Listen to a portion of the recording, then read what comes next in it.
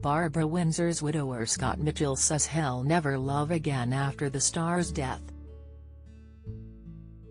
Actress Barbara died in December 2020 aged 83 following a battle with Alzheimer's disease. The pair married in April 2000. During Barbara Windsor, a celebration, hosted by David Walliams with Scott Mitchell at the new Wimbledon Theatre on Monday, Scott said, "I was blessed to have crossed paths with Barbara. On paper, it shouldn't have worked, but it did with us, and I am so thankful that she chose me to share her life with because I don't think I will ever find another."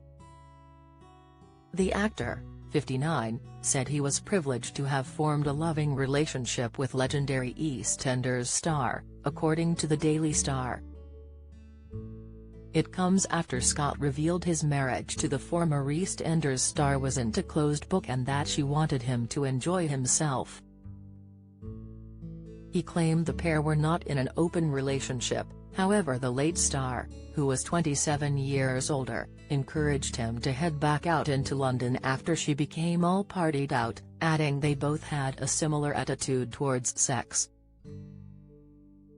In extracts from his new book, By Your Side, My Life Loving Barbara Windsor, shared with The Sun ahead of its October 13 release, he made the bombshell revelations. Scott wrote, "On only our second date Bar had talked to me in detail about her many, many conquests. She said it was always good to brush the cobwebs away. Ours was not an open relationship, but it wasn't a closed book either." He added that she didn't want to stop him living his life to the full, as she had. However, their arrangement did start to get a bit mixed up. She had always said sex was sex and love was love, and she wasn't one for double standards, so she kept her reservations to herself and never asked me directly. When Barbara could drink no more, Scott would drop her off at their home in a cab, and claims she wanted him to enjoy himself back in the West End. He wrote, "It wasn't to hook up with women, though we both had a similar attitude towards sex, but to score some coke." In her own memoir, All of Me, My Extraordinary Life, the Carry On star has blamed herself for her husband's historic cocaine addiction. She had written, "I think I could have stopped Scott's spiral of self-destruction had it not been for another craving that transformed him from the wonderful guy I loved into a sad, pathetic creature I hardly recognized." The national treasure said she was not initially aware her partner was into coke in a big way, and later became fearful his addiction developed due to the age gap in their relationship.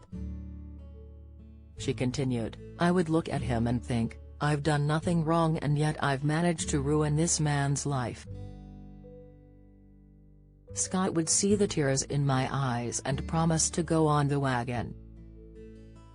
But it never lasted for more than 3 or 4 days and then he would be off on another bender.